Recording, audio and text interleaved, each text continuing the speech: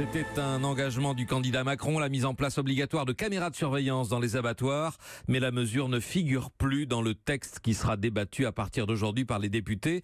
À la place, le gouvernement propose la nomination dans chaque abattoir d'un responsable du bien-être animal doté d'un statut de lanceur d'alerte. Alors, est-ce que ce sera suffisant pour limiter les dérives ?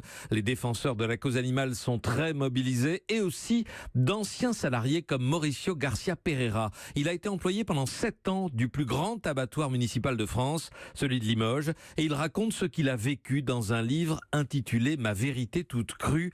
Anne-Laure Jumet l'a rencontré. Des vaches tuées alors qu'elles sont sur le point de mettre bas, des bêtes mal étourdies avant d'être saignées. Ces images, Mauricio Garcia Pereira les a filmées à l'abattoir de Limoges, d'abord avec son téléphone portable, puis en caméra cachée pour l'association L214. D'origine espagnole, cet homme de 49 ans n'avait aucun a priori sur les abattoirs, mais ce qu'il a vu l'a profondément choqué. J'ai pas d'adjectif pour qualifier ça. Horrible, inhumain, immoral. Comment on peut jeter des fœtus prêts à naître, des dizaines par jour et par mois.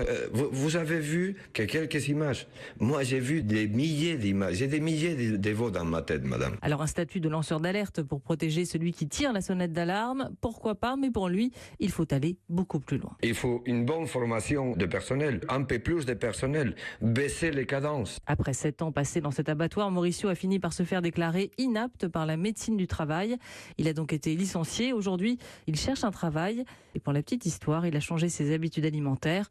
Fini la viande rouge et la charcuterie. Anne-Laure Jumet, le livre de Mauricio Garcia Pereira, Ma vie toute crue aux éditions Plomb, et la réponse de la filière agricole avec Christiane Lambert, la numéro 1 de la FNSEA, notre invité dans un quart d'heure.